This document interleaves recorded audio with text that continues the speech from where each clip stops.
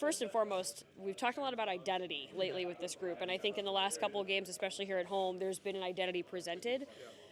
Poise was mentioned, brotherhood was mentioned. What do you think this identity is now that you guys are having this kind of success late in the season? Yeah, I think for sure we're a close group. I think there's no cliques in this locker room. Everybody gets along really good, and that's the most important thing. And I think on the ice we're playing stingier, committing to that good defensive game first, and then like last game our offense kind of takes over. We have the skill in this room, we know that, so if we focus on defense first, we'll create plenty of opportunities too. The last time you guys saw this group was very early on in the season. Obviously, it was the first franchise loss.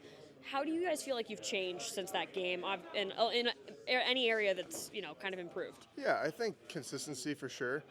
I think we've matured a lot throughout the year. I think it's been slowly up the mountain, but we're committing to the defensive game and a little less turnover prone in the neutral and managing the lines a little bit better. I think that's the biggest difference. And then obviously now too, we lost Durs in that game. We didn't have Johnny.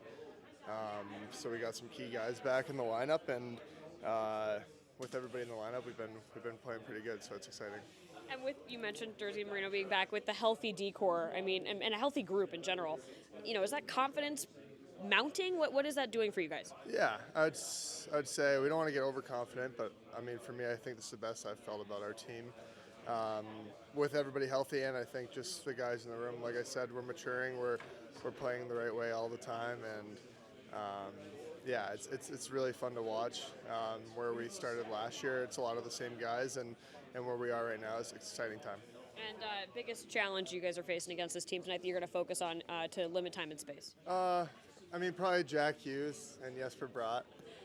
They're two really dynamic offensive players, so you got to watch them. You got to manage when they're on the ice, and like I said, manage the lines, make them play in the D zone as much as we can. Lineup, Veg and net. Karts is out day to day. They're up front. We'll wait. We'll have some game time decision again.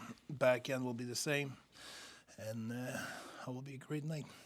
Up front for the game time decisions, is that more guys banged up other than Carconi? Exactly. Right. Karts not playing for sure. Got it. So there's others. Dome was talking about with his line with McBain and Krause balancing physicality but also wanting to be a line that produces and scores. How do you see them kind of making that evolution in the past few I think games? they did a great job in the last two games to possess the puck, to generate offense, to everything you just said. I think I agree with Donor. They're physical. They get on the forecheck. They create a lot of momentum for our team, but as well, they have good offensive touches. They use their forecheck to create offense, but as well, they possess the puck in the O-zone, and they were capable of generating good offense. Looks like McBain was getting on that second power play unit in the line rotations today. What kind of has been the difference between his game in the first half of the season versus the last half? His production's a lot different. Well, I think Banner's been pretty consistent in terms of how he plays. And the way he plays is with a lot of pace defensively. He's physical. He's in the fight every night. The type of player he is, sometimes the points will come and go. It will come as a bunch and may come dry a little bit.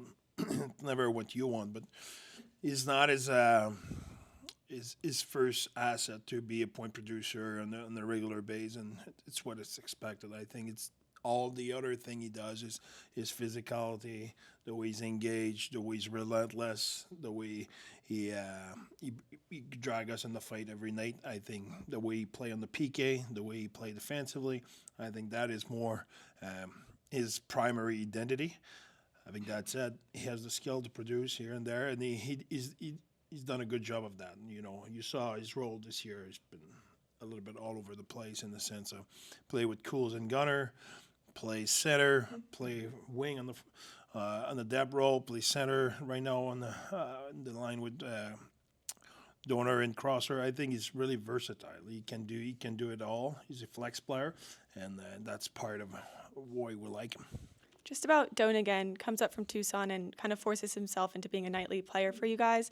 What do you think that says about his mindset and desire to be impactful in Utah? That's a good question, but you know what?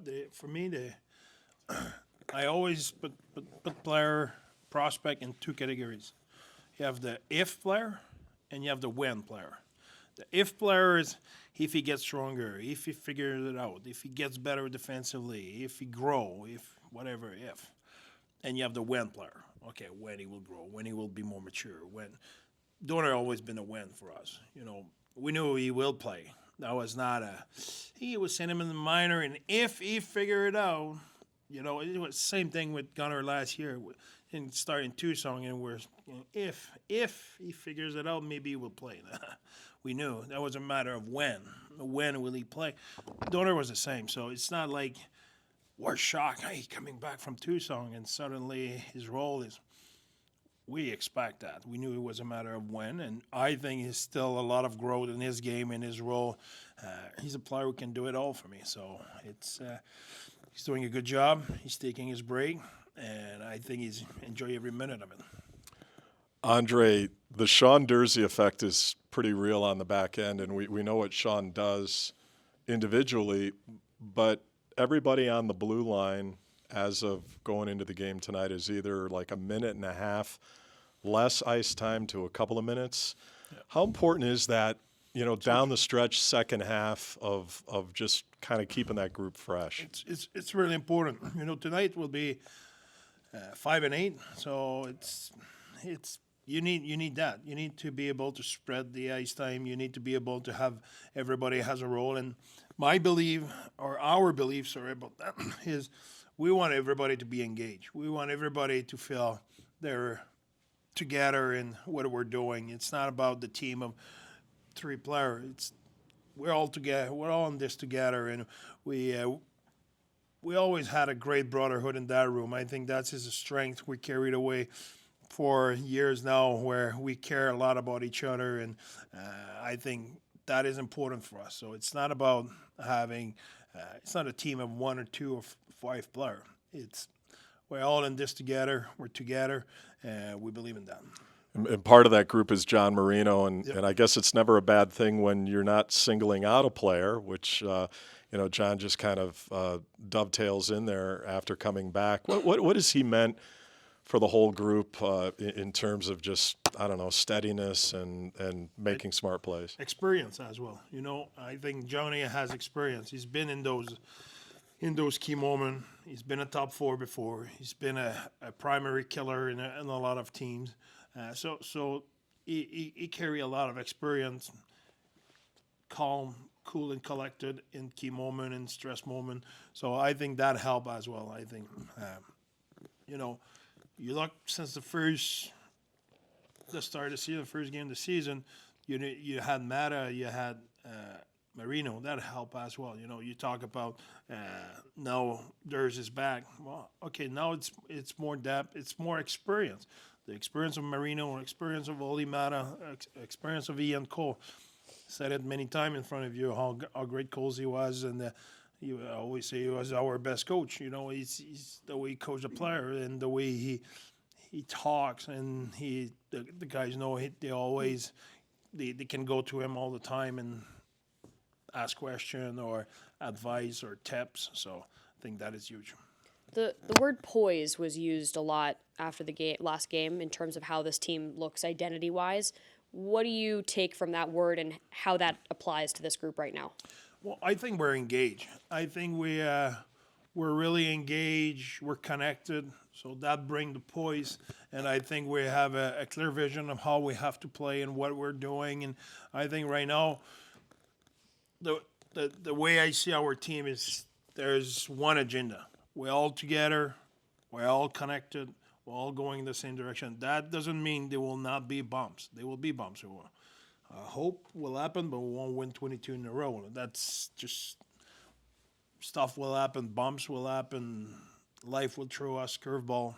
Now we need to make sure we're prepared and resilient in adversity. And tonight, adversity will happen in the game. And I don't know which form yet, but it will happen. And it's important for us to be resilient in those situations. And then at the end of last month, there was a stretch where even strength scoring was not the strength. In the last couple of games, though, that's not the case. The opposite. What's the difference that you see when it comes to even strength scoring? Well, it's not like it's pouring as well. You know what I mean? Okay, last game, but 2-1 against Chicago, 2-1 against Van. You know, we did a good job against LA, like you mentioned, about generating offense. But I think if I look for us, in our opinion, since mid-January, I think we generate offense. Now, sometimes the puck will go in, sometimes it won't. But we had off night where we're not as connected, we're not as fluid offensively. Okay, that will happen again. That's just the nature of it. But if we can be as consistent as possible, as connected as possible, for the longest as possible, and be resilient in that, we have a lot of talent in that room. So as long as we are capable of sustaining that kind of a performance, it will have great night, but it will have some nights it might be a little bit tougher to generate offense.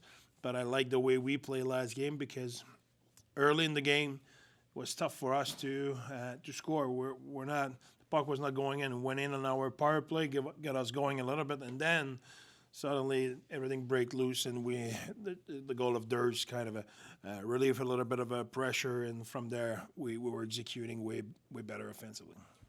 Coach, going back to that notion of the when and if players, where does Barrett Hayton fall on that scale, especially just given his performance the last few games out of the break?